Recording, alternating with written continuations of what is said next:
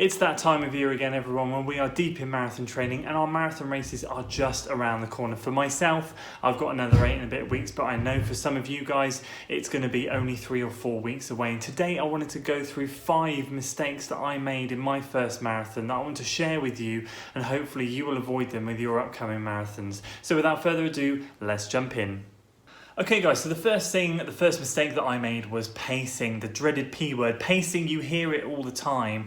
I am now in a position where I am feeling comfortable that I can work to a pace and train to a pace, hence my sub 2:55 marathon training series. However, back when I ran my first marathon, that was the biggest mistake I made. Someone whispered in my ear at the time, take your half marathon time, double it and add 10 minutes. Well, that was the worst bit of advice I'd ever heard. And that advice gets banded around a lot. I hear it a lot, and that's great. But if that happens to you and you hear that and you go for it, then something like this might happen to you. This was mile 17 of my first marathon, and I was absolutely exhausted. And from there on, my marathon was a walk, run, absolute nightmare. I ended up finishing in 3 hours and 54 minutes. Bearing in mind, I just run a 1:30 half marathon, so my goal time was 3:10 because I took my half time, doubled it and had 10 minutes. Now, what these people don't tell you when they say these sorts of formulas is that you really need the speed endurance behind you. You need that speed work. You need the endurance, the long runs, the marathons. You get better with age, you get better with training, you get better, and year after year after year. I think when you approach your first marathon, it can be a very daunting experience, and to even have that thought and worry about hitting a certain pace over your head is just one step too far. I think my priority would be, if I could tell myself back then, is to not even consider or worry about pacing at all in my first marathon. So guys, if you're working to a pace, that's super, that's fantastic. Just bear in mind this bit of advice. Make sure you can hold it for a long period of time. Make sure you're comfortable, and think about this. Could you hold that pace for a half marathon? And if you could, how much longer do you feel you could hold it for? If you feel you could hold it for a bit more, but maybe not more, then maybe consider just tinkering with that pace a little bit. I want your first marathon experience to be a fantastic one. So make sure that you make that happen. So my second tip, if you're jumping into your first marathon, would certainly be practice with your fueling. As if you are a regular follower of this channel, you'll be seeing right now with my training, I am practicing with my fueling. I've been practicing with my fueling since February, and I will be practicing right up until race day. Practicing with your fueling is key. There are multiple reasons for this. You need to make sure your stomach can handle what you're putting into it. There are lots of fantastic courses out there, lots of great races, and what these races do is they have these awesome sponsors and gel providers that will provide fuel along the way. And I think a lot of people look at that and go, oh, fantastic, it's okay, I don't need to take any gels, there's going to be enough out on course. But have you ever tried that gel, and do you know it sits well within your stomach, and do you know how you react with that gel? I used to in the beginning take high five gels, and I used to wonder why they never ever gave me any benefit, and I found out very quickly since switching to SIS gels that actually the high five ones just don't suit me. I get a massive sugar buzz straight away, and then bam, I crash within half a mile, whereas the SIS gels that I use give me a longer, more prolonged endurance feeling, and having them on more of a regular basis just helps keep my fueling stores topped up. And my second tip in terms of fueling is to not fuel when you think you need it. I know I've said this on previous videos, but for beginners out there, if you're thinking that I'm going to fuel towards the latter stage of the race, don't. You must be fueling from the start and throughout. The golden rule for a lot of people is to be fueling sort of every half an hour to 40 minutes. That allows you to keep your fuel topped up. That's what I'm going to be doing when it comes to my marathon. I'll be fueling every half an hour, every 40 minutes, whatever it might be, with a mixture of gels, water, and probably a calorie type of drink, depending on what I decide that's going to be. But number one, guys, the basic thing to do is to be practicing with it. Make sure your stomach is comfortable, and make sure you're practicing with it at marathon pace, not just on your easy runs. You might take that gel on an easy run and your stomach will be fine, but when you get to marathon pace, a higher intensity, it might not like it so much. So practice, practice, practice. Right guys, so following on from fueling, the third thing that I would recommend you do is practice in your race kit. Practice in what you are going to be running in. Practice with the equipment you are going to be taking, whether you're taking a backpack with a bladder in it for you to drink from, whether you're taking a belt, whether you're taking nothing, whether you're taking handheld bottles, whatever it is.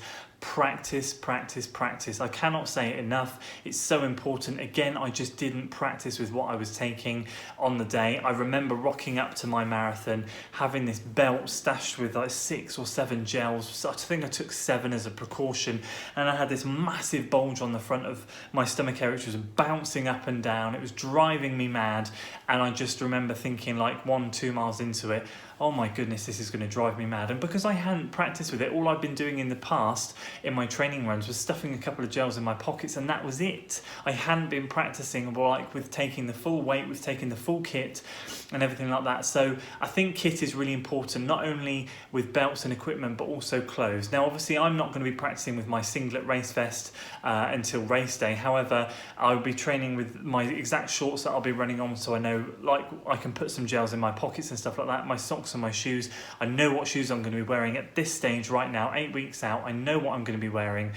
So it's all kind of mentally clicking into place and just practicing, making sure that I'm comfortable with what I'm wearing and what I'll be carrying. So that, guys, is tip number 3. Right, guys, so tip number 4 is going to be adjust to the weather. That can include your fueling, your hydration, your attire, what you're wearing, and of course your pacing. Most importantly, your pacing. So obviously, I just come off the back of a 1:30 half marathon on my first marathon a couple of months before. Went out in 25, 26 degree heat, still thinking that was a sensible idea just to double it and add 10 minutes, and it just went to pot. I mean, what we have to consider when the weather is drastically different, and a great example of this was last year when the winter was so cold here in the UK. We had all that snow, and then bam, London Marathon weekend hit, and it was the hottest on record, and so many people suffered. The week after, I had my own marathon as well, and I suffered as well in that heat. And the things to consider here are maybe just reducing your pace a little bit. We all have these time goals, but I'm very aware in my head that I'm training right now for the sub 255. But you know, if I rock up on Newport on that day and it's scorching hot, I've got to be considerate of my pacing. I've got to think, actually, is this a sensible idea today? Do I need to drop back a few seconds a mile, however much I think is suitable for the weather, and adjust and adapt on race day? I think that's the one thing that a lot of us, and especially new beginner runners, worry about, is that we've trained at a certain intensity and we've got all this in our head and we've got this pacing and we know what we're going to do, and then we're like, nothing is going to stop this, nothing is going to get in our way, not even the weather. We're not going to worry about it. It might be hot, but we're going to stick to the plan.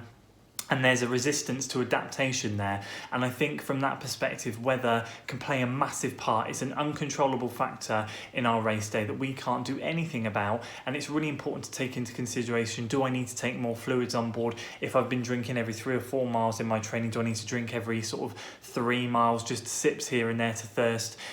What do we need to do to change? So guys, tip number 4, definitely adapt to the weather.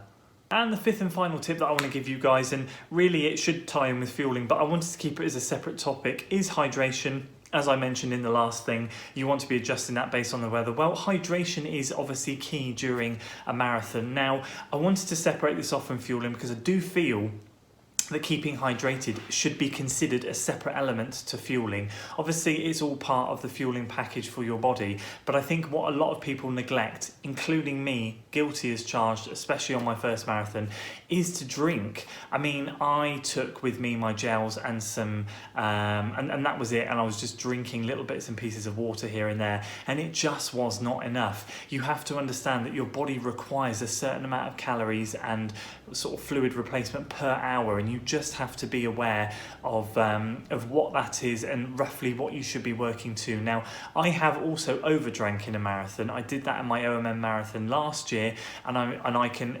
firsthand tell you the experiences of overhydration are horrible. You feel sick, your stomach just does not settle, nothing settles, you want to throw up all over the place. It is a nasty feeling. However, it's really important, A, to drink to thirst. I've had lots of conversations about this with other running YouTubers, especially on the recent live stream with Donato, Katie and Rich, overhydrating. But I mean, from that perspective, you've got to be drinking to thirst, but you cannot afford to underdrink as well. And not only that with hydration, but you have to consider a lot of people have electrolytes in their drinks.